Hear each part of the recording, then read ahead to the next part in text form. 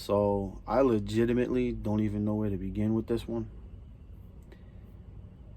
Congressman Dan Crenshaw recently was on the Joe Rogan podcast, and he said some things about the stimulus checks and suffering that made me do a double take.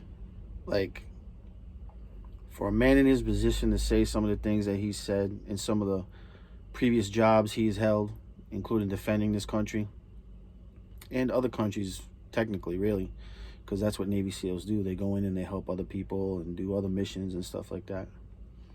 Anyway, I'll let you hear some of the clip and then I'll chime in. Experience. But that moment is special because there's value in suffering. I'm going to make them suffer. And in today's society, we have convinced ourselves that there is no value in suffering, that the entire role of, say, government is to end your suffering. But this is a false promise. Not only is it a false promise, but it will create a weak society that is unable to sustain itself. So again, two things immediately came to mind when I heard Dan Crenshaw's little explanation about suffering. The first one almost immediately is, if you think it's so good for people to suffer a little bit, those are your words, why the hell did you go into the military? Why did you become a Navy SEAL if suffering is okay? I'm just curious. If you're so stuck on it and you really believe in it, can you explain that one to me?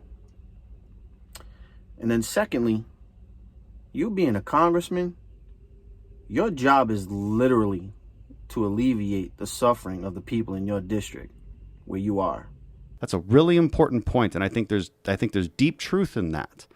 This is why victimhood politics is so dangerous, and I would say populism is too. I think the two are almost indistinguishable from each other. People are always trying to talk about populism on the right and the left, and I say, look, well, here's what populism is. It's telling you what you feel. It's mirroring your feelings back to you. It's telling you what you want to hear as opposed to the truth. So I think that's a decent definition of populism. I don't like it. I don't like people embracing it. It doesn't just mean, hey, things that are good that people are for. Well, you know what? A lot of people are for $1,600 checks that are free. That doesn't mean it's a good policy. Right. That's a good example of People populism. voted.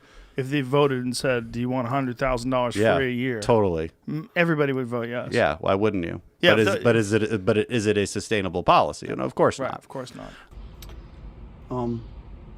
What exactly is populism on steroids? Because you guys love to throw out these vague-ass terms that kind of just blanket everything without being super specific.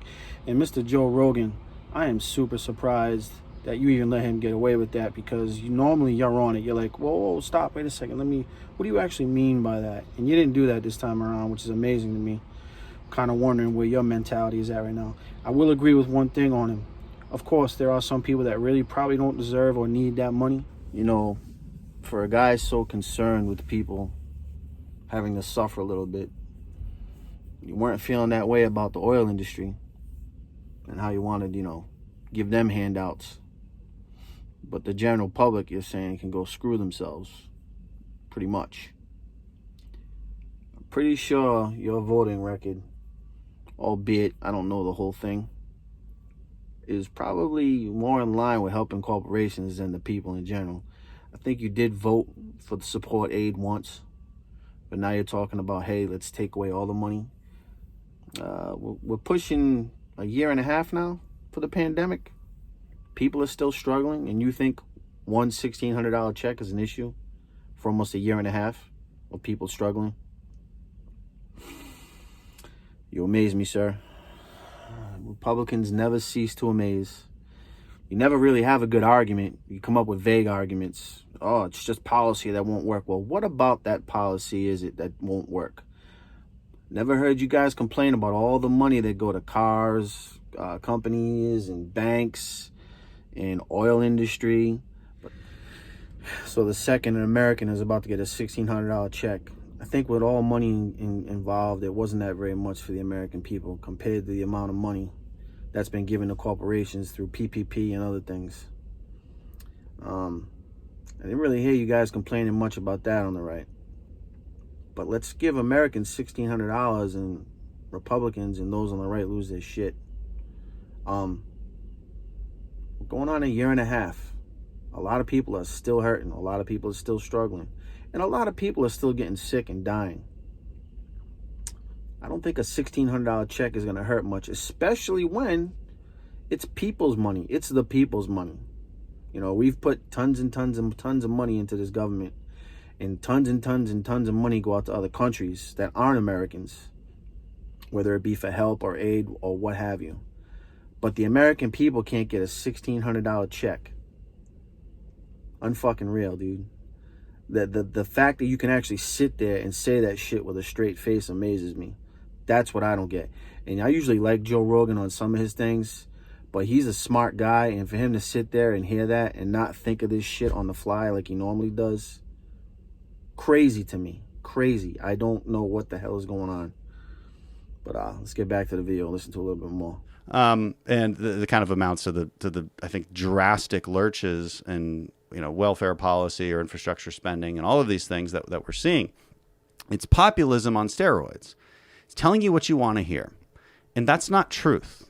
That's not truth, and we have to get back to truth, and we have to get away from this victimhood mentality where we actually elevate this idea of being helpless. See, that's what's changed.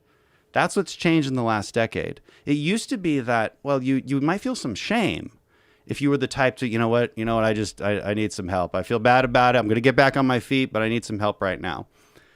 That used to be the sort of American way, all right? We need a safety net. Nobody would disagree with that. We need a safety net. We need to help people who have truly fallen on hard times, who lost their jobs because of COVID. But does that also mean we need to provide a $1,400 check to somebody who never lost their job and whose biggest hardship has been Zoom meetings? Of course not. But over 100 million people were getting checks that never lost their jobs. 100 million? Easily. Through COVID? It's way more. It's way more than that. I'm cutting it off at 100 million. So hold on, explain that to me. When we send out checks, the direct cash payments, I've always been against direct cash payments. So the COVID stimulus checks. Yeah. So because they go out to anybody people got who makes those checks that didn't lose their jobs. Of course. What? Yeah, if the cutoff was like $75K a year, so that means wait a minute. That means every federal, well, not so every, people but a lot that of federal didn't workers lose getting them any too. money because of the pandemic still got checks. So on this argument about people who probably don't really need the stimulus check that got them, there's a reason it's called a stimulus check. It is to stimulate the economy. So those that might not be spending extra money in the economy, they get those checks, they turn around, they spend it back in the community, right? So now that money that gets spent in the community, then again through taxes goes back into government, small government, big government, whatever, small businesses, whatever that money goes into, it goes back into the community to stimulate the economy. This dude's brain is a monster fart just happening 24/7. I don't even know what to say. Joe Rogan, again, like this dude usually on it. I don't understand how he's not recognizing these things. Let's get back to the video, man. Yeah, these were never based on your situation. What? Yeah. Really? It's ridiculous. I didn't know that. I thought you had to lose your job. I thought there was a problem. Yeah. Wait a minute. If your so staff people who never lost a penny. So if you look at their tax receipts, you look at their what they made in 2019 versus 2020. Correct. If they didn't lose any money. Yeah, no, it's based on your just your income. So I think $75K a year was the cutoff. But also if you're a married couple, $150K, and if you have kids, then it's even more. So you've got I've got a lot of active duty military friends who are getting thousands of dollars because they have kids but it's like why and they're like why am I getting this is such a waste of taxpayer money. You know what I mean? Do your duty and go spend it on a local business that's been suffering. The money was allocated to people that lost money because of the pandemic. No. Because we already have a system for that. It's unemployment insurance. Our system works fine for that. And this was always my thing. It's like, look, I'm in favor of temporarily boosting payments to those who are unemployed on unemployment insurance. Usually state-run unemployment insurance runs at it's at a formula that would make sure that you're not making more than you would have if you were already employed, because you don't want to have a disincentive to go back to work. Right. What we did in the initial stages of the pandemic was increase that to an extra $600 a week if you're unemployed. I'm okay with that for a few weeks during hard times. The problem is Democrats want to keep it forever, And now every business I talk to is like, I can't hire people. I have so many job openings right now, can't hire anybody because we still have it. It's $300 a week, but we still have it. It means people are getting paid to stay home. There's a distance. They're making a purely rational financial decision. So I'm not really going to try and critique this whole video because it just gives me a headache listening to this dude. But I will say, please show me the person or people or corporations or businesses that are telling you they have so many job openings that they can't find anyone to work or hire because they're getting free money. You're telling me these people are getting one $1,600 check and they don't want to work for the entire year or for however long this pandemic's going on? You, sir, if I was face to face with you, I would absolutely tell you you're full of shit. Because there is no way in hell that that's true. No way. But again, that's one conversation. That's at least a debate to be had, during hard times. But the direct cash payments, that's nuts. That's nuts. What are the direct cash payments? That's the free money. That's the free money. That's the free money. So this is the people that, even though they still make the same amount they made in 2019 and 2020, they got a big check for no reason. Yep, 100%. If after watching this interview on the Joe Rogan podcast and listening to Congressman Dan Crenshaw and all his horseshit that he fucking talked about, if you actually take this man seriously ever, that includes you people in his district and people on the Republican side, after listening to everything he said, this dude talks so much about platitudes, and he didn't use that word, I'm using it, but he talked about that and giving people incentive to stay home.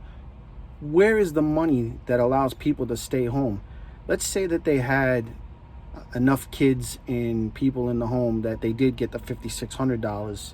How quick do you think that money is going to get spent? People have been without money for months since this shit started, right?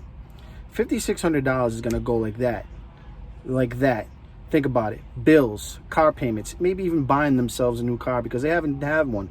Now they have the opportunity to buy a car and be able to drive around and get themselves a better job maybe from the one that they had before. This dude's brain, I'm not even going to go there because I wanted to say something fucked up, but I know Pete Davidson got nailed for saying something about him before, but I'm going to leave it alone. The dude isn't right. He's not right in the head, and the shit that he's saying is right.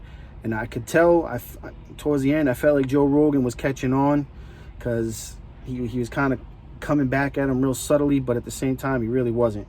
So, I'm sorry, but Mr. Crenshaw, you are full of hot shit, and more people should be telling you that because you are. Because there's no way in hell everyone who got a $5,600 check or less is going to not want to work at all ever again. I mean, that's pretty much what you're saying. A victimhood mentality. Hey, we're going to pay you money that was yours anyway, that you put into the system for years and years and years when you really need it right now during a pandemic. So don't go to work for the rest of your fucking lives. Dude, you're a dope. You really are. You're a dope. Anyone that takes you seriously, I can't take seriously. And that's all there is to it. I value your opinion, but I can't take you seriously. That seems crazy. And that's if you didn't lose your if job, you do the math, that's well over 100 million people. And they just got it. They didn't ask for it. They just received it. So it's not something they're guilty of. Yeah. They just received it.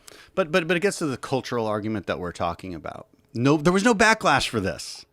Even on the right, I remember, and I was a little frustrated with the president or the ex-president, Donald Trump, the president I voted for, that he was pushing for those $2,000 cash payments.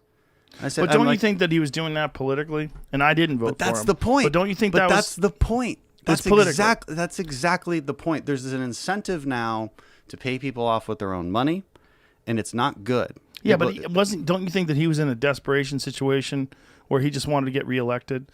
I mean, he's coming through this. This was in December. He'd already lost. Oh, so in December after he lost, he still, but he didn't think he lost.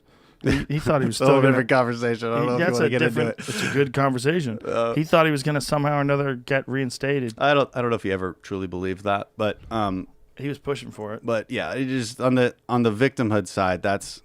This is the demise of the republic. When people are comfortable with being bought off with their own tax dollars and being comfortable, and more than that, comfortable with being told that they're victimized and that some other group is responsible for that victimization. Right. So it's This is not just identity that they're in a politics. bad situation. They're in a bad somebody else situation because isn't- someone did it to you. And maybe it's the 1%. Maybe it's Right. those mean corporate giants, and now those corporate giants are trying to get all woke and get on the Democrats' good side, like they always do. Yeah. Because they want to maintain their little piece of the pie. That's where it gets tricky, right? Where they manipulate the narrative and they realize where people's heads are at, so they try to jump on board.